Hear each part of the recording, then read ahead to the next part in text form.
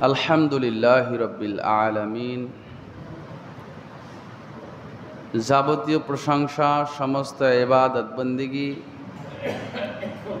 এক মহান মহিয়ান আল্লাহ সুবহানাহু ওয়া তাআলার জন্য। সে মহান রবের অশেষ মেহেরবানিতে আমরা প্রত্যেক জুমার ন্যায় আজ মসজিদ আসার তৌফিক পেয়েছি। তারই বারগাহে জানাই শুকরিয়া। সকলেই জবান খুলে বলছি আলহামদুলিল্লাহ। অতঃপর দরুদ ও সালাম,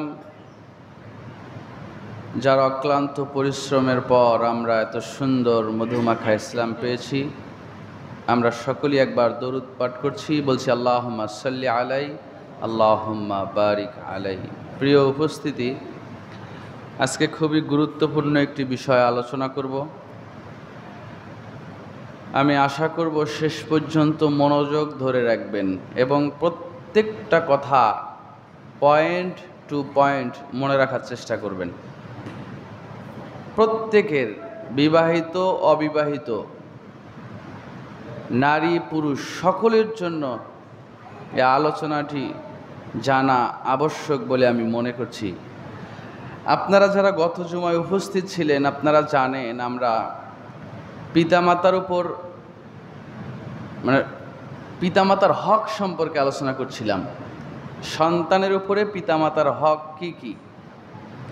আজকে আলোচনা করব পিতামাতার উপরে সন্তানের হক কি কি। অর্থাৎ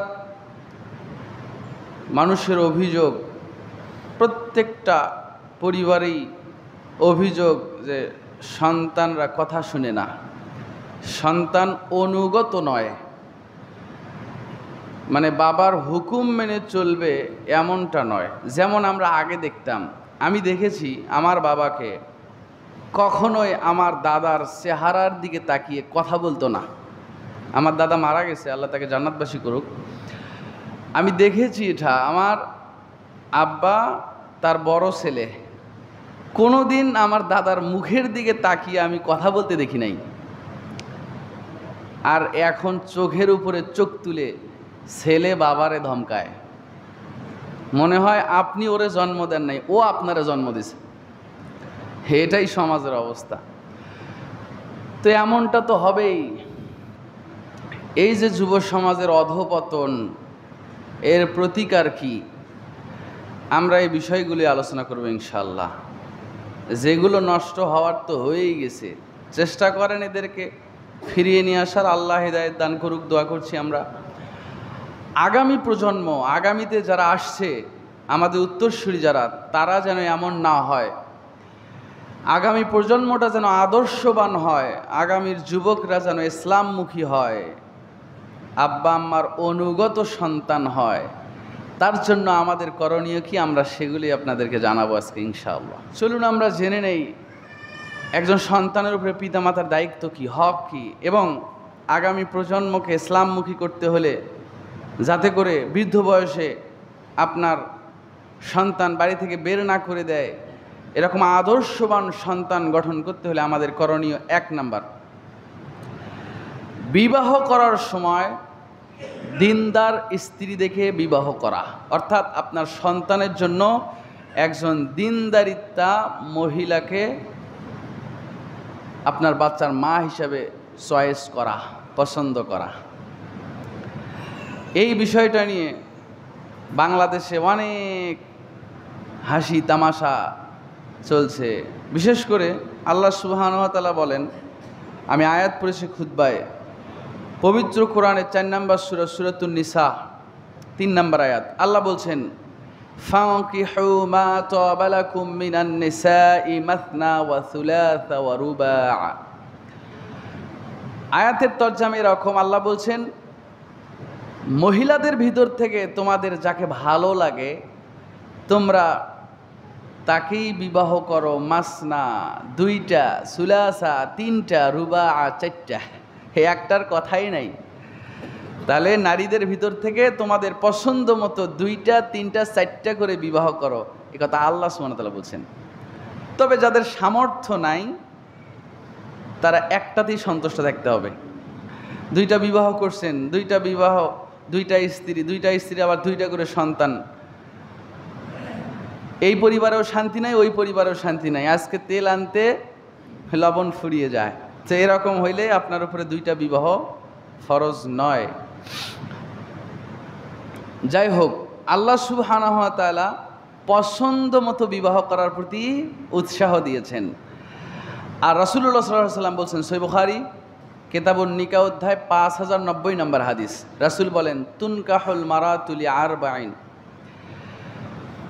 4টা গুণ দেখে নারীদেরকে বিবাহ করা হয়। এখানে তুনকাহু এটা মাজহুলের সিগা, যারা আরবি গ্রামার বোঝে। অনেকে এই হাদিসের অপব্যাখ্যা করে বলে যে 4টা গুণ দেখে তোমরা মেয়েকে বিবাহ করো। আসলে মূলত হাদিসের অর্থ হবে তুনকাহুল মারাতু লিআরবাইন। রাসূল বলতেছেন যে 4টা গুণ দেখে মেয়েদেরকে বিবাহ করা হয়, অর্থাৎ জাহিলি যুগের মানুষেরা 4টা জিনিস দেখে মেয়েদেরকে বিবাহ করত। 1, লিমালিহা, মেয়ের বাপের সম্পদ দেখত। ওয়ালি হাসাবিহা, মেয়ের বাবার বংশ পরিচয় দেখত। ওয়া জামালিহা, মেয়ের সৌন্দর্য দেখত। 4 নম্বরে ওয়ালি দীনিহা, মেয়ের দিন দেখত। রাসূল বলছেন, ফাজফার বিযাতিদ দ্বীন তারিবাত ইয়াদাকা, তোমরা দিনকেই প্রাধান্য দিবে, দিনকে প্রাধান্য দিয়েই তোমরা মেয়ে পছন্দ করে বিবাহ করবে, তাহলে তোমার হাত ধন্য হবে, মানে তুমি ধন্য হবে, নতুবা তুমি ক্ষতিগ্রস্ত হবে। তাহলে আবার বলছি, জাহিলি যুগের মানুষেরা সম্পদ দেখত, বংশমর্যাদা দেখত, মেয়ের সৌন্দর্য দেখত, এরপরে মেয়ের ভিতরে দিনদারিত্ব আছে কিনা এটা দেখে মেয়েকে বিবাহ করতো। রাসূল বললেন, তোমরা সম্পদ, সৌন্দর্য, বংশ পরিচয় এর চাইতে বেশি গুরুত্ব দিবে মেয়ে যখন বিবাহ করবে, বেশি গুরুত্ব দিবে মেয়ের ভিতরে দিনদারিত্ব কতটুকু আছে, তবে তুমি ধন্য হবে, নতুবা ক্ষতিগ্রস্ত হবে। আগে দেখতে হবে মেয়ের ভিতরে দিন কতটুকু আছে, ধর্ম কতটুকু আছে, সে পর্দা করে কতটুকু চলে, তার পর্দার খোঁজ নিতে হবে। এর সাথে যদি টাকাওয়ালা পান আলহামদুলিল্লাহ, যদি বংশমর্যাদা ভালো পান আলহামদুলিল্লাহ, গ্রহণ করেন, বাধা নেই। যদি সৌন্দর্য বেশি হয় গ্রহণ করেন, কোনো বাধা নেই। কিন্তু সৌন্দর্য আর টাকাওয়ালা পয়সাওয়ালা দেখার চাইতে আগে দেখতে হবে মেয়ের ভিতরে দিন কতটুকু আছে। যদি দিনকে প্রাধান্য দিয়ে বিবাহ করান সন্তানকে, তবে আদর্শবান স্ত্রী আসবে আপনার ছেলের ঘরে। এই ছেলে আর এই ছেলের বউ কখনোই আপনাকে পরিবার থেকে আলাদা করে দিবে না। আর নতুবা ওই টাকা পয়সা দেখছেন যে ছেলে সরকারি চাকরিজীবী, ছেলে যদি সরকারি চাকরিজীবী হয়, তাহলে মেয়ের বাবা আর ছেলের বাবা কুরবানির হাটের গরুর মতো দামাদামি শুরু করে দেয়। ও যেন কুরবানির হাটের গরু। এই মেয়ের বাবা বলছে আমি 10 লাখ দিব, ঘটক সাহেব বলে আরও 5 লাখ বাড়ায় 15 লাখ দিব, আমার সরকারি চাকরিজীবী লাগবে, মেয়ের বাপ বলছে। আর ছেলের বাপ সরকারি চাকরিজীবী, ছেলের বাপ বলছে যে মেয়ের বাপের টাকা পয়সা থাকতে হবে, সরকারি চাকরি নিয়ে দিতেই 5 লাখ গেছে। সুতরাং অনেকে আবার বলছে যে চাকরি যদি নিয়ে দিতে পারে তাহলে ওর মেয়ের দ্বারা আমার ছেলের বিবাহ করাবো। তো টাকা পয়সা দেখে ছেলের বিবাহ করাইছেন।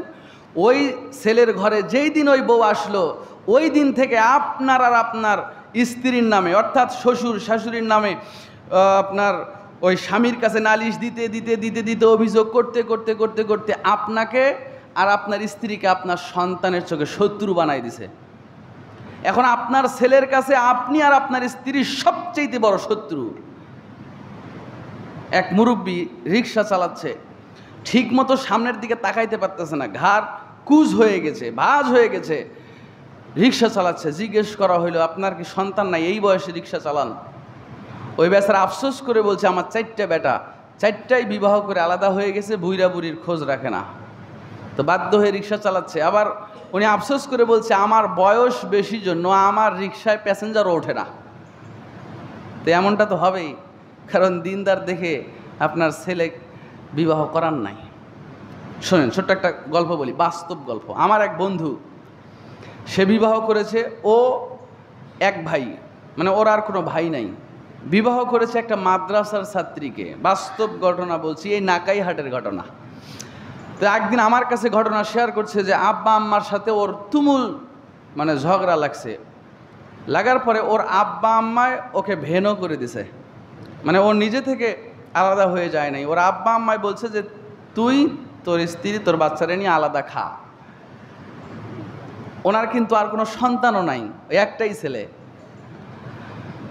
তো ছেলেও রাজি আলাদা খাবে, কিন্তু ওই ছেলের স্ত্রী যে মাদ্রাসার স্টুডেন্ট, তো আমার কাছে এই গল্পটা করছে যে আমার স্ত্রী বলছে এই বাড়িতে যদি পাতিল আলাদা করে ভাত রান্না করে খাইতে হয় তাহলে আমি এই বাড়িতেই থাকবো না, বাবার বাড়ি চলে যাব, এ সংসারই করবো না। যদি এই পরিবারে আপনার আব্বা আম্মা আলাদা খায় আর আমাকে যদি আলাদা করে তরকারি ভাত রান্না করে খাইতে হয় তাহলে এই বাড়িতেই থাকবো না। সে বলছে আমার স্ত্রীর কারণে আজও আমরা এক পরিবারে আছি, এক পাতিলে ভাত রান্না করে খাচ্ছি। এটাই দিনদার মেয়ে দেখে বিবাহ করার উপকারিতা।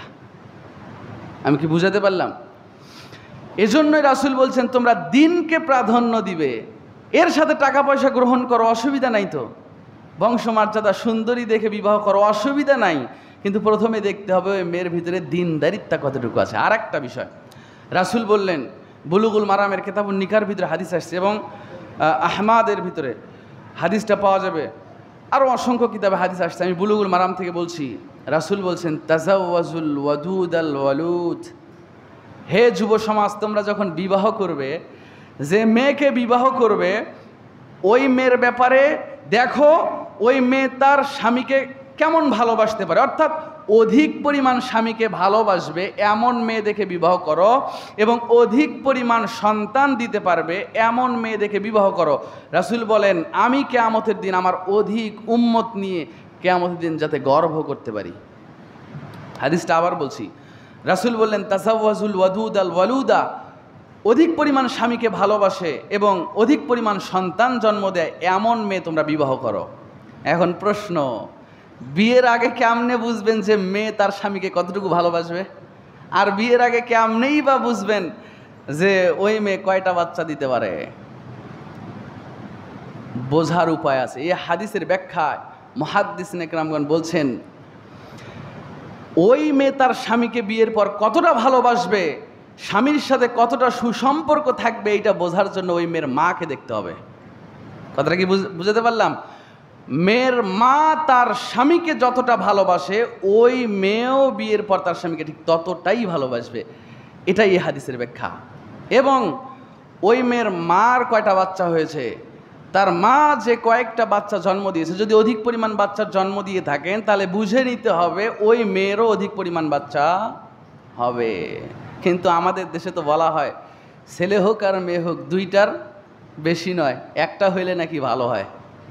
নাউজুবিল্লাহ। রাসূল বলেন অধিক পরিমাণ সন্তান জন্মদানকারিণী মহিলাকে বিবাহ করো, যাতে কিয়ামতের দিন আমি রাসূল গর্ব করে বলতে পারি যে আমার এতগুলো উম্মত। সন্তান নষ্ট করবেন না। আপনি কি মনে করছেন একজনের গলায় ছুরি লাগায়া গলা কেটে হত্যা করলেই শুধু হত্যা? যতগুলো বাচ্চা নষ্ট করেছেন রাসূল সাল্লাল্লাহু আলাইহি ওয়াসাল্লাম বলেন কিয়ামতের দিন হত্যাকারীর আসামি হিসাবে আপনাকে আল্লাহর কাঠগড়ায় দাঁড়াতে হবে। আর এটা অনেক বড় গুনাহ, অনেক বড় গুনাহ। সন্তানকে হত্যা করা এটা অনেক বড় গুনাহ, অনেক বড় পাপ। এই বিষয় নিয়ে অন্যদিন আলোচনা করব। তাহলে বলছিলাম অধিক পরিমাণ স্বামীকে ভালোবাসে আর অধিক সন্তান দিতে পারে এমন মেয়ে দেখে বিবাহ করতে বলছেন রাসূল সাল্লাল্লাহু আলাইহি ওয়াসাল্লাম। আর এটা বুঝবো কিভাবে? মেয়ের মাকে দেখতে হবে। যদি মেয়ের মা বেঁচে না থাকে তো মেয়ের নানিকে দেখেন, মেয়ের নানির বাড়ির খোঁজ নেবেন যে মেয়ের নানি তার নানাকে কতটা মহাব্বত করে, ভালোবাসে, তাদের ভিতরে সম্পর্ক কেমন, এবং তার নানির বাচ্চা কাচ্চা কয়টা। তাহলে অবশ্যই আমার মুরব্বী বাবা যারা আছেন ছেলেকে বিবাহ করার সময় এই জিনিসটা ভালো করে খেয়াল করবেন, মেয়ের মা ভালো কিনা। এরপরে আসেন, তাহলে আমি বলছিলাম আগামী প্রজন্ম আদর্শবান করতে হলে একজন দিনদার নেককার মা নিয়ে আসতে হবে ঘরে। তো দিনদার দেখে বিবাহ করলেন। বিবাহতে অনেক অসংখ্য নোংরা নীতি আছে আমাদের সমাজে। বিবাহের একদিন আগে গায়ে হলুদ, গায়ে হলুদ নামে কোনো অনুষ্ঠান ইসলামেই নাই, এটা ইহুদি খ্রিস্টান হিন্দুদের প্রথা। তারপরে বিবাহ কেন্দ্রিক অসংখ্য আলোচনা আছে। আজকের খুতবা আলোচনা করতে গেলে মানে মূল আলোচনায় হারিয়ে যাবে। সেজন্য বিবাহ নিয়ে অন্যদিন আলোচনা করব। বিবাহতে যত নোংরা নীতি আছে, ছেলের বাড়ি থেকে 200 লোক মেয়ের বাড়িতে নিয়ে গেছে বরযাত্রী হিসাবে। 190 জন মানুষের খাওয়া দাওয়ার আয়োজন খুব সুন্দরভাবে হয়েছে, শেষে গিয়া 10 জন মানুষের খাবার শর্ট হয়ে গেছে। এই 10 জন মানুষের মেহমানদারিতে ত্রুটি হওয়ার কারণে মেয়ের বাবার সঙ্গে বিবাহের প্রথম দিনেই মারামারি করে দ্রুত বিবাহ পড়ায় নিয়ে মেয়েকে নিয়ে চলে আসছে। 1 বছর পার হয়ে গেছে, আজ পর্যন্ত ওই মেয়েকে তার বাবার বাড়িতে যাইতে দেয় নাই। বাংলাদেশের ঘটনা। রাসূল বলেন, মেয়েকে বিবাহ করতে যাবে ছেলের পক্ষ, মেয়ের বাপার 1 টাকাও খরচ করতে দেওয়া যাবে না, 1 টাকাও খরচ হবে না, যত খরচ সব আপনি করবেন। আরে অনুষ্ঠান তো হবে আপনার বাড়িতে, যাদেরকে সম্ভব, যতগুলো মানুষ সম্ভব, শ্বশুরবাড়ির আত্মীয় স্বজন, নিজের আত্মীয় স্বজন, সবাইকে দাওয়াত করে আপনি নিজে আপনার টাকা খরচ করে খাওয়াবেন, এটাই সুন্নাত। কিন্তু আপনি দল বেঁধে বাস ভর্তি মানুষ নিয়ে মেয়ের বাড়িতে গেলেন, জুলুম মেয়ের বাবার উপরে করবেন না, মোহর বুঝাইয়া দিয়ে নিয়ে আসবেন। যদি মদ্দে মোজাহিদ হন, যদি নিজেকে পুরুষ মনে করেন, তাহলে মোহর বুঝাইয়া দিয়া উল্টে আরও শ্বশুরকে বলবেন যে নেন 50,000 টাকা আপনারে দিলাম, কারণ বিবাহের দিন আমি, আমার বন্ধু বান্ধব, আমার দুলা ভাই, বোনজামাই 10-15 জন মানুষ আসতে পারে সাথে, তাদের খাওয়ানোর জন্য, মেহমানদারির জন্য আমি আপনাকে 50,000 দিয়ে গেলাম, এইটা দিয়ে বাড়ি খরচ করেন। মদ্দে মোজাহিদ হলে এই প্রস্তুতি নাও। কেন ঘটককে দ্বারা বলতে হবে যে বাড়ি খরচের জন্য 1.5 লাখ টাকা দিতে হবে? কেন বলতে হবে? হে নোংরা নীতি এগুলা। যাই হোক, এগুলো অন্যদিন আলোচনা করব। তাহলে দিনদার মেয়েকে দ্বারা ছেলেকে বিবাহ করাবেন। যুবক ভাইরা, দিনদারিত্বা দেখে বিবাহ করবেন। সৌন্দর্য বেশি দিন থাকে না। এই যে মুখের উপরে যা মেখে সুন্দর হয়েছে, এই সৌন্দর্য বেশি দিন থাকবে না। আরে সৌন্দর্য তো হবে। বর্তমান বাংলাদেশে এমন অবস্থা, মেকআপ দিতে দিতে দিতে দিতে চেহারার আসল সৌন্দর্য নষ্ট করে ফেলেছে। ওরা আসল সৌন্দর্যই নাই। মায়েরা যারা আসছেন, হ্যাঁ, আপনাদের মেকআপ তো হবে অজুর পানি, অজুর পানি হবে আপনাদের মেকআপ। এসব উল্টাপাল্টা মেকআপ মুখে মাখবেন না, ভুরু কাটবেন না, ছোট করবেন না, এগুলা দিনদারিত্বের আচরণ নয়। আর একটা কথা বলছি, যুবক ভাইয়েরা, অনেককে আমি দাড়ি রাখার প্রতি উৎসাহ দেই, দাড়ি রাখতে চায় না, কারণ দাড়ি রাখলে ভালো মেয়ে বিবাহ করতে পারবে না, এটা মনে করে অনেকে, যদিও মুখে প্রকাশ করে না। দাড়ি রাখলে মেয়েরা কি করে না, পছন্দ করে না। দিনদার মেয়েকে যদি বিবাহ করতে চাও, অনুরোধ করে বলছি দাড়ি রেখে দাও। তোমার দাড়ি দেখে যে মেয়েটা পছন্দ করবে তোমাকে, ওই মেয়ের ভিতরেই দিন আছে।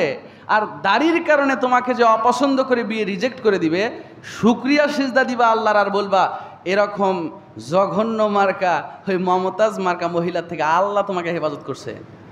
সাথে দিনদারিত্বা মেয়ে যদি চাও, তাহলে মুখে দাড়ি রেখে দাও, দাড়ি ছেড়ে দিবেন, দাড়িতে হাত দিবেন না, অনুরোধ।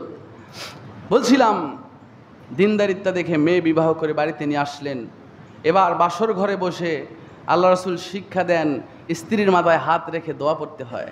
আরবিতে জানেন না, সমস্যা নেই, বাংলায় দোয়া করেন, আল্লাহর কাছে বলেন, আল্লাহ আমার এই স্ত্রীর ভিতরে আমার জন্য কল্যাণ নিহিত করো।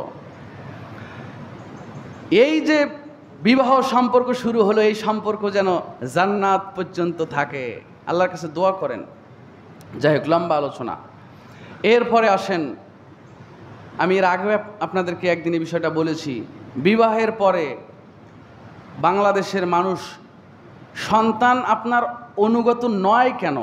শয়তান আপনার সন্তানকে যে এমনভাবে অ্যাটাক করে রেখেছে, আপনাকে তো আপনার সন্তানের কাছে শত্রু করে তুলেছে শয়তান। কারণ রাসূল বলেন, একজন স্বামী যখন স্ত্রীর কাছে যাবে, তখন তৃতীয় জন সেখানে পৌঁছে যায়, তার সাথে অংশগ্রহণ করে, সে হলো শয়তান। কথাটা মনে হয় বুঝলেন না? একজন বিবাহিত স্বামী যখন তার স্ত্রীর কাছে রাতে যায়, তার সাথে আরেকজন সেখানে অংশগ্রহণ করে, সে কে? শয়তান। রাসূল শিক্ষা দেন, সহিহ বুখারীর হাদিস, সহিহ বুখারী 193 নম্বর হাদিসের রাসূল বলেন, স্ত্রীর কাছে যখন যাবে তখন দোয়া পড়বে, বিসমিল্লাহি আল্লাহুম্মা জান্নিবনি শাইতান ওয়া জান্নিবি শাইতানা মা রাযাকতানা। এর অর্থ হলো, আপনি আল্লাহকে বলছেন, আল্লাহর নামে শুরু করছি, আল্লাহ আমাদের উভয় হতে এবং আমাদের উভয় হতে যে সন্তানটা আপনি দান করবেন তাকে শয়তানের হাত থেকে হেফাজত করুন। রাসূল বলেন এই কথা বলে কেউ যদি স্ত্রীর কাছে যায় তো ওখান থেকে যে সন্তানটা জন্মগ্রহণ করবে শয়তান তার সংস্পর্শে যাইতে পারবে না, শয়তান ওই সন্তানকে ধোঁকা দিতে পারবে না। এই কথা মুহাম্মদ সাল্লাল্লাহু আলাইহি ওয়াসাল্লাম বলেছেন।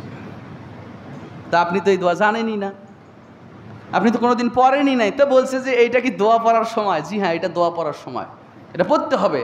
আদর্শবান সন্তান যদি তৈরি করতে চান, যদি চান বৃদ্ধ বয়সে আপনাকে যেন ডাস্টবিনে আপনার সন্তান নিক্ষেপ না করে, ছেলের ঘরে যদি আপনার খানা মরার আগ পর্যন্ত থাকে, এটা যদি চান তাহলে দোয়া পড়তে হবে, না পারলে শিখতে হবে, অবশ্যই শিখতে হবে। এবার সন্তান চলে আসছে, সন্তান পৃথিবীতে ভূমিষ্ঠ হলো।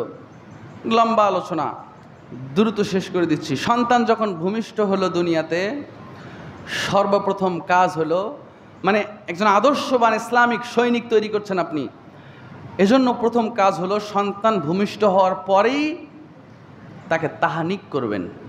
তো তাহানিক করা আবার কি জিনিস সেটা অনেকে জানি না, মনোযোগ দেন। তাহানিক করা হলো, একটা হাদিস বলি তাহলে ক্লিয়ার হয়ে যাবে, সহিহ বুখারীর হাদিস। রাসূলুল্লাহ সাল্লাল্লাহু আলাইহি ওয়াসাল্লাম যখন মক্কা থেকে হিজরত করে মদিনায় চলে আসলেন, তো আবু তালহা রাদিয়াল্লাহু তাআলা আনহুর একটা ছেলে সন্তান হলো। তো এই সন্তানটাই ছিল রাসূলের হিজরতের পর মদিনায় জন্মগ্রহণ করা প্রথম সন্তান। তো আবু তালহা বলছেন, আমি আমার সন্তানটাকে কোলে করে নিয়ে রাসূলের দরবারে আসলাম, এসে রাসূলের কোলে বাচ্চাটাকে দিয়ে দিলাম। রাসূলুল্লাহ সাল্লাল্লাহু আলাইহি ওয়াসাল্লাম আমার সন্তানকে কোলে নেওয়ার পরে বললেন, তোমার কাছে কি খেজুর আছে? তো তিনি বললেন, জি হ্যাঁ খেজুর আছে। তো বললেন, দাও খেজুর দাও। রাসূলুল্লাহ সাল্লাল্লাহু আলাইহি ওয়াসাল্লাম তার থেকে খেজুর নিয়ে নিজে মুখে দিয়ে খেজুরটা চিবুলেন, নরম করে একটু লালাসহ বের করে বাচ্চার তালুতে লাগায়া দিলেন। বাচ্চাটা চুষে চুষে খেজুরটুকু খেলো। বিশ্বনবী তার নাম রাখলেন আব্দুল্লাহ। কি নাম রাখলেন? আব্দুল্লাহ। সুন্দর না নামটা? রাসূল বলেন আল্লাহর কাছে সবচেয়ে প্রিয় নাম হলো আব্দুল্লাহ। নিজের সন্তানের নাম আব্দুল্লাহ রাখবেন। আমি নিজে আমার সন্তানের নাম আব্দুল্লাহ রেখেছি। রাসূল বলেন কিয়ামতের দিন মানুষের নাম ধরে ধরে, বাবার নাম ধরে ধরে ডাকা হবে, এজন্য নাম যেন সুন্দর হয়। এখনকার নাম নাট বল্টু আরও কত, মানে নামের কোনো অর্থই নাই। একজনের নাম রাখছে সুইট, ডেভিড, ডলার, এগুলো নাম হয় কি করে বলেন তো? আব্দুল্লাহ, আব্দুর রহমান, আব্দুর রহিম, এই তিনটা নাম আল্লাহর কাছে প্রিয় নাম, এগুলো নাম রাখবেন ইনশাল্লাহ আপনাদের ছেলেদের। তো রাসূল তার নাম রাখলেন কি? আব্দুল্লাহ। তার জন্য বরকতের দোয়া করে দিলেন, বারাকাল্লাহু ফিকা। এটার নামই তাহানিক। মানে বাচ্চা জন্মগ্রহণ করার পরেই ছেলে হোক আর মেয়ে হোক একজন আলেমের কাছে নিয়ে যাবেন, ভালো একজন দিনদার লোকের কাছে নিয়ে যাবেন, এবং সে মিষ্টি জাতীয় যে কোনো কিছু, খেজুর হইতে পারে, মধু হইতে পারে, সে মুখ থেকে বের করে বাচ্চার মুখে দিয়ে দিবে। এতে বাচ্চার উপরে বরকত হয়। এটা মুহাম্মদ সাল্লাল্লাহু আলাইহি ওয়াসাল্লাম করতেন। এটার নাম তাহানিক করা। এখনও এই কাজ কেউ করেন নাই, আজকে থেকে জানলেন। নাতি হোক, ভাতিজা হোক, ভাতিজি হোক, ছেলে হোক, এই কাজ করবেন ইনশাআল্লাহ। তাহানিক করার কেউ নাই, আপনি নিজে করবেন। কি করবেন? খেজুর নিয়ে মুখে চিবিয়ে নরম করে বাচ্চার মুখে দিয়ে দিবেন। আমি নিজে আমার সন্তানের এই তাহানিক করেছি, আপনারাও করবেন। এরপরে বাচ্চার কানে আজান দিবেন। এখন এটা নিয়ে বাংলাদেশে অনেক তর্ক বিতর্ক আছে, অনেক মানে ফতোয়াবাজি আছে, ইখতিলাফি মাসলা। কেউ বলছে যে ডান কানে আজান, বাম কানে ইকামত দিতে হবে। না, এই কথা সঠিক নয়। বাচ্চাকে সামনে নিয়ে জোরে আজান দিবেন। আমি গাইবান্ধা পালস ক্লিনিকে আমার বাচ্চা জন্মের পর আমি নিজে আজান দিচ্ছিলাম, তো আশপাশ থেকে সব হা করে আমার দিকে তাকায় আছে। সে হসপিটালের ভিতর জোরে আজান দিচ্ছি। প্রথমে একটু ইতস্তবোধ করলেও পরে দেখলাম যে আমার বাচ্চার পর পরে আরেকটা বাচ্চা ওখানে হইলো, এবং ওই বাচ্চার অভিভাবক এসে আমাকে বলছে যে আমার বাচ্চাটাকে একটু আজান দিয়ে দেন। আলহামদুলিল্লাহ। সেটা করতে হবে। কেন আপনি লজ্জা করে হসপিটালে বাচ্চা হয়েছে তাই আজান দিলেন না? অবশ্যই আজান দিতে হবে। রাসূল বলেন বাচ্চা জন্মের পর শয়তান এসে তাকে গুদাইতে থাকে, তাকে আঘাত করতে থাকে, এবং তাকে সর্বপ্রথম তোমরা জানায়া দাও যে আল্লাহই সবচেয়ে মহান। এই আওয়াজটা তার কানে পৌঁছায় দাও। এটা করবেন। আপনার নাতি হয়েছে, আপনি নিজে আজান দিবেন জোরে। ডান কানে আজান আর বাম কানে ইকামত, এ কথা সঠিক নয়। বাচ্চাকে সামনে নিয়ে জোরে আজান দিতে হবে যাতে বাচ্চার কানে ওই আওয়াজটা কি পৌঁছে যায়। এটা গেল দ্বিতীয় কাজ। আমরা বলছিলাম আদর্শবান সন্তান গঠনের জন্য আমাদের যা করণীয়, অর্থাৎ আগামী প্রজন্ম যাতে ইসলামমুখী হয়, এর জন্য যা করতে হবে। এরপরে বাচ্চার বয়স যখন 7 দিন হলো, কয়দিন বলেন তো? 7 দিন, মানে যেই দিন জন্মগ্রহণ করেছে ওই দিন থেকে হিসাব করে 7 দিনের দিন বাচ্চার মাথার চুল ফেলে দিতে হবে, সুন্দর নাম রাখতে হবে এবং আকিকা করতে হবে। আকিকা যে কেউ করতে পারে, দাদা দাদি করতে পারে, নানা নানি করতে পারে, বাবা হিসেবে বাবার করাটা জরুরি। হাসান এবং হোসাইন, ফাতেমার 2 পুত্র হাসান হোসাইনের আকিকার কুরবানি মুহাম্মদ সাল্লাল্লাহু আলাইহি ওয়াসাল্লাম করেছিলেন, হাদিস দ্বারা এটা প্রমাণিত। সুতরাং নানা নানিও আকিকা করতে পারে। কিন্তু আপনার ভিতরে এই সংকীর্ণতা কেন কাজ করলো যে ছেলে হয়েছে 2টা ছাগল কুরবানি দিতে হবে, একটা আপনি দিবেন আর একটা ছেলের নানা দিবে? এই সংকীর্ণতা মনে আনবেন না। ছেলের নানা যদি দেয় তো আলহামদুলিল্লাহ গ্রহণ কইরেন, কিন্তু কেন আপনি ওইটার উপরেই অটল থাকলেন যে আপনি একটা দিবেন, আপনার ছেলের নানাকে একটা দিতেই হবে? কেন? হ্যাঁ, আপনি দিবেন। এটা এটা আল্লাহর কাছে নাজরানা পেশ করা। আল্লাহ আপনাকে একটা সন্তান দান করেছেন, এর একটা নাজরানা আপনি আল্লাহকে পেশ করলেন, এটা দেওয়া জরুরি, দেওয়া উচিত। তবে কেউ যদি অর্থের সংকটে দিতে না পারে তবে তার গুনাহ হবে না। আকিকা যদি কারো সন্তানের না করে থাকেন, আপনি যে পাপী তা নন, কিন্তু এটা দেওয়া জরুরি। কোনো কোনো বর্ণনায় রাসূলুল্লাহ সাল্লাল্লাহু আলাইহি ওয়াসাল্লাম বলছেন আকিকা করলে বাচ্চার উপর থেকে বালা মুসিবত দূর হয়ে যায়। বাচ্চার উপর থেকে বালা মুসিবত কী হয়ে যাবে? দূর হয়ে যাবে। জুলুম নাই তো। কুরবানির পশু যেমন খুঁত মুক্ত হইতে হয়, ল্যাংরা হইতে পারবে না, কানা হইতে পারবে না, খোরা হইতে পারবে না, কান কাটা, লেজ ইত্যাদি ইত্যাদি, এরকম খুঁত থাকলে কুরবানি চলে না। ঈদুল আজহায় যে কুরবানি এটা চলে না, কিন্তু আকিকার বেলায় তা না। দাতিল হোক অদাতিল হোক, ল্যাংরা হোক লুলা হোক, যদি জীবন শুধু থাকে এরকম পশু দ্বারাও কুরবানি করলে আকিকা হয়ে যাবে ইনশাআল্লাহ। সুতরাং অনেকে আবার বলছে যে ছেলে হইলে একটা খাসি দিতেই হবে, একটা ছাগল, মানে খাসি দিতেই হবে, এটা বাধ্যতামূলক নয়। 2টাই ছাগল দ্বারা, অর্থাৎ ওই আপনার ছাগি দ্বারা কুরবানি করতে পারেন আকিকার কুরবানি, এটা জায়েজ। তাহলে অবশ্যই আকিকা করবেন। অনেকে আবার এ ব্যাপারে অনেক ইখতিলাফ আছে যে 14 দিনে এবং 21 দিনেও আকিকা করা যায়। তবে সঠিক মাসআলা হলো 7 দিনেই আকিকা করতে হবে, 7 দিনের পরে কোনো আকিকা করা যাবে না।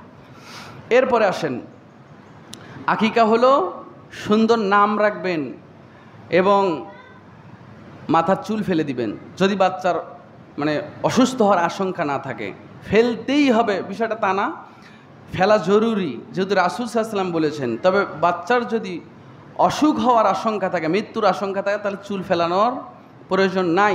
এখানে আরেকটা মাসালা শোনেন, 7 দিনের দিন মেয়ে বাচ্চার চুল ফেলানো হবে, এরপরে ওই চুলে আর আপনি হাত দিতে পারবেন না। 7 দিনের দিন মেয়ে বাচ্চার চুল যে পড়বে, এরপরে ওই চুল আর কাটার অধিকার আপনার নাই, চুল রেখে দিতে হবে। যদি ওই মেয়ে বাচ্চার কোনো অসুস্থতা না থাকে, যদি সুস্থ সবল বাচ্চা হয় তো 7 দিনে যে চুল ফেলেছেন আর চুলে হাত দিতে পারবেন না, মৃত্যুর আগ পর্যন্ত ওই মেয়ের ওই চুলে থেকে যাবে, এটাই সুন্নাত। যাই হোক, তাহলে 7 দিনের দিন অবশ্যই 3টা কাজ করা জরুরি। বাচ্চা যেখানে থাক, বাচ্চা হসপিটালে 21 দিন থাকা লাগছে, আপনি বাড়িতে কুরবানি করবেন 7 দিনের দিন, বাচ্চা যেখানেই থাক অসুবিধা নাই। বাচ্চা নানার বাড়িতে আছে, আপনি দাদার বাড়িতে কুরবানি করেন, কোনো অসুবিধা নাই, যেখানে ইচ্ছে করেন, কোনো সমস্যা নাই। তবে কুরবানি 7 দিনের দিনই করবেন। এরপরে আসেন, সময় শেষ, দ্রুত শেষ করে দিতে হবে। বাচ্চাটা আস্তে আস্তে বড় হচ্ছে। আমি একটু আগে এজন্য এতটা গুরুত্ব দিয়েছি এই কথাটাতে যে আদর্শবান দিনদার মেয়েকে বিবাহ করে আনতে হবে। কারণ আদর্শবান সমাজ যদি গঠন করতে চান, নিজের সন্তান আদর্শবান হোক, অনুগত হোক, এটা যদি চান তো আদর্শবান মায়ের থাকাটা জরুরি। বাচ্চা যখন 1 বছরের পরে গিয়া কথা বলা শিখলো, 1-2টা শব্দ বলতে পারে, তো এই যে এইটা আব্বু, এইটা আম্মু, এটা দাদা, এইটা দাদি, এটা তোমার বড় ভাই, এই কথাগুলো বাচ্চাকে কে বলা শিখায় বলেন তো? মা বলা শিখায়। আমরা প্রত্যেকটা আমাদের মুখের ভাষা একটা একটা করে আমাদের মায়ের কাছে শিখেছি, অস্বীকার করতে পারবেন কেউ? তো মায়ের জরুরি হলো বাচ্চা যখন কথা বলতে পারে তাকে দিন শিক্ষা দেওয়া, তাকে তার ধর্মটা বুঝিয়ে দেওয়া। বাবা তুমি মুসলিম, তুমি ইসলাম ধর্মে জন্মগ্রহণ করেছো, তোমার রব একজন আল্লাহ, তিনি আরশে আজিমে থাকেন, তিনি সব জায়গায় থাকেন না। আমাদের নবীর নাম মুহাম্মদ সাল্লাল্লাহু আলাইহি ওয়াসাল্লাম, দিনে রাতে 5 ওয়াক্ত সালাত আল্লাহ আমাদের উপর ফরজ করেছেন। এই দিনই শিক্ষাটা প্রথম কে দিবে সন্তানকে? মা দিবে। এজন্য মার দিন জানাটা জরুরি। এরপরে বাচ্চা আস্তে আস্তে বড় হচ্ছে, বাচ্চাকে মক্তবে পাঠাবেন, কোরআন শিক্ষা দিবে। মা যতটুকু পারে ততটুকু বাচ্চাকেও শিখাবে। প্রিয় উপস্থিতি, আপনাদের এখানে মক্তব আগে চালু ছিল, আমি শুনেছি মক্তবটা বন্ধ আছে হয়তো। আমি অনুরোধ করব মক্তবটা আবার চালু করেন, বাচ্চাদের দিন শেখার প্রতি উৎসাহিত করেন, দিন শিখাতে হবে। এরপরে মা সন্তানকে শিষ্টাচার শিখাবে। আপনি তো কাজে কর্মে বাহিরে থাকেন, ব্যস্ত থাকেন, সারাদিন অন্যের জমিতে কাজ করেন, দোকানে ব্যস্ত থাকেন, ব্যবসায় ব্যস্ত থাকেন, চাকরিতে ব্যস্ত থাকেন, তো দিন শিখাবে আপনার সন্তানটাকে, শিষ্টাচার শিখাবে আপনার সন্তানটাকে তার মা। বাচ্চাটা জানে না ডাইন হাতে খেতে হয় না বাম হাতে খেতে হয়। রাসূল বলছেন যে আকালা হাদুকুম ফালিয়াকুল বিয়ামিনিহি ওয়া ইজা ইয়াশরাবু ফালিয়াশরাব বিয়ামিনিহি ফাইন্না শায়তানা ইয়াকুলু বিশিমালিহি ওয়া ইয়াশরাবু বিশিমালিহি। তোমরা যখন কিছু খাবে ডান হাতে খাও, যখন কিছু পান করবে ডান হাতে পান করো, কেননা শয়তান বাম হাতে খায় আর বাম হাতে পান করে। এটা কি বাচ্চা জানে? তো এই শিক্ষাটা মা দিবে, বাবা ডাইন হাতে খাইতে হয়, বাম হাতে শয়তান খায়, ডাইন হাতে খাও, বিসমিল্লাহ বলে খাও, বসে খাও, তিন শ্বাসে খাও, আস্তে আস্তে খাও, খাবার পড়ে গেলে ওইটা তুলে খাও। এই শিক্ষা কে দিবে? মা দিবে। তো এই শিক্ষা তো মায়ের ভিতরেই নাই, মা নিজে দাঁড়িয়ে থেকে খাবার খায়, আবার সন্তানকে কোলে করে নিয়ে সারা গ্রাম ঘুরে বেড়ায় আর বাচ্চাকে খাওয়ায়। তো সন্তানও না ঘুরলে আর খায় না, তো ওইভাবে অভ্যাস করে তুলেছেন। সন্তানকে বসায় খাওয়াইতে গেলে আর সন্তান খায় না, ওই নিয়ে গ্রামে গ্রামে ঘুরতে হয়। তোকে যা শিখাবে না তো তাই শিখবে। এরপরে খাবার অর্ধেক বাচ্চা নষ্ট করছে, বাচ্চাকে বুঝান, বাবা আল্লাহর নবী বলেছেন খাবার শয়তানের জন্য ছাড়তে হয় না, কারণ খাবার ছাড়লে ওটা শয়তান খায়। পুরো হাত সন্তান খাইতে খাইতে এই পর্যন্ত হাত মাখাইছে। সন্তানকে বুঝাইতে হবে, বাবা রাসূল বলছেন ইজা আকালা হাদুকুম ফালা ইয়ামসা ইয়াদাহ, যখন তোমরা কেউ খাবে হাত মুছবা না, ধুবা না, হাত্তা ইয়ালা আকহা আও ইউলা আকহা, যতক্ষণ না হাত নিজে চেটে খাবে অথবা কাউকে দ্বারা চেটে খাওয়াবে। তো হাত চেটে খাইতে মুহাম্মদ সাল্লাল্লাহু আলাইহি ওয়াসাল্লাম বলেছেন একটু সময় দিবেন, এখন তো খুব কাজের দিনও না, আমি দ্রুত শেষ করে দেব। এই যে হাত চেটে খাওয়ার অভ্যাস যে আমার নাই, অনেকে মনে করে যে আঙ্গুল চেটে খাওয়া এটা একটা ছোটলোকি কারবার। খাওয়ার পরে আঙ্গুল চেটে খাওয়া মানে মানব সমাজে কোনো ভালো মানুষের সামনে খাইতে আমরা লজ্জাবোধ করি, তা আঙ্গুল চেটে খাবো, পেলেট চেটে খাবো, এটা কেমন দেখায়? মুহাম্মদ সাল্লাল্লাহু আলাইহি ওয়াসাল্লাম যা বলে গেছেন তাতেই কল্যাণ। আঙ্গুল চেটে খেলে বিজ্ঞান, বর্তমান ইসলামিক বিজ্ঞান বলেন যে আঙ্গুল চেটে খেলে পেটের হজম শক্তি বৃদ্ধি পায়। সুবহানাল্লাহ বলেন। পেটের অনেক রোগ বালাই থেকে এই আঙ্গুল চেটে খাওয়ার মাধ্যমে নাজাত পাওয়া যায়, তার প্রমাণ নেন।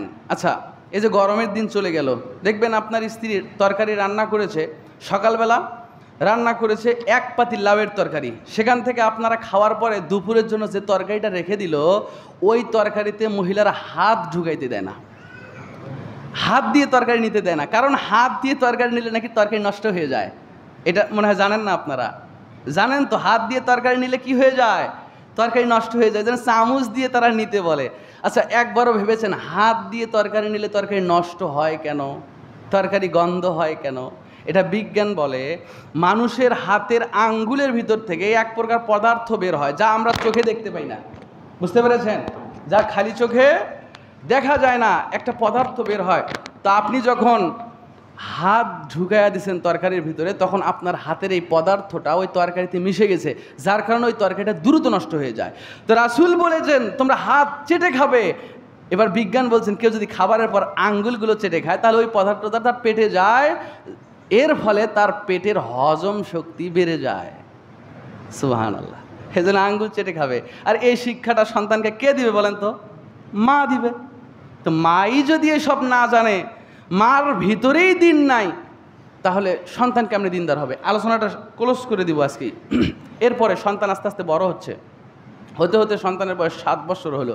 রাসূল বলছেন মুরু আওলাদাকুম বিসসালাহ, তোমাদের সন্তানদেরকে তোমরা নামাজের আদেশ দাও যখন তোমাদের সন্তানরা 7 বছর বয়সে উপনীত হয়েছে।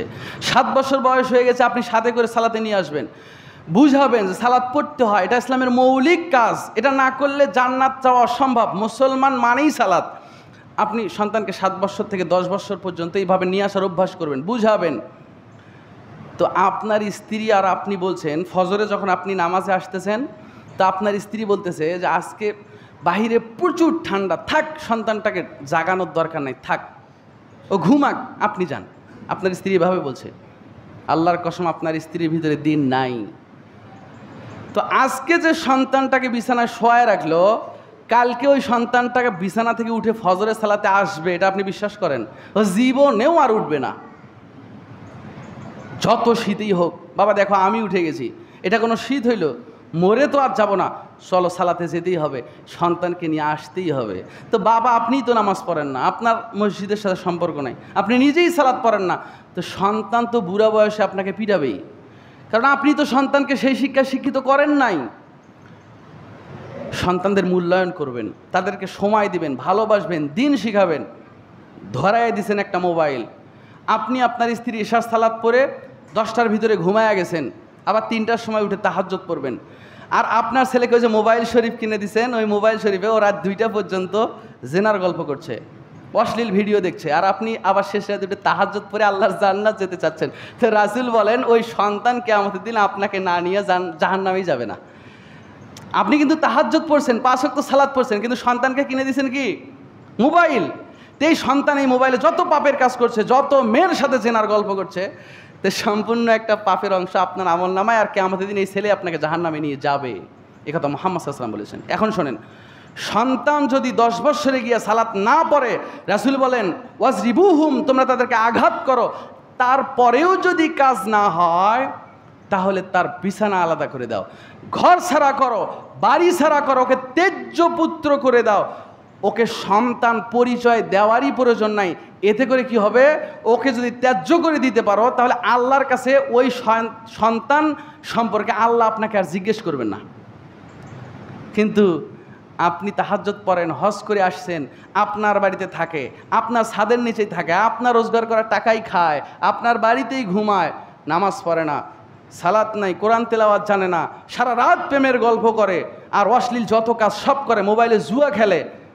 তো রাসূল সাল্লাল্লাহু আলাইহি ওয়াসাল্লাম বলছেন এই সন্তান ধ্বংস হওয়ার জন্য আর কিছু লাগে না, এই সন্তানই আপনার ধ্বংসের জন্য যথেষ্ট, লাভ হবে না। এজন্য আদর্শবান সন্তান গঠন করতে হলে এই কাজগুলো আমাদের করা জরুরি। আরও অনেক কাজ আছে, সময় অলরেডি 11 মিনিট পার করে ফেলছি। আল্লাহ সুবহানাহু ওয়া তাআলা আমাদের সকলকে বুঝে শুনে আমল করবার তৌফিক দান করুক, পড়েন আল্লাহুম্মা আমিন।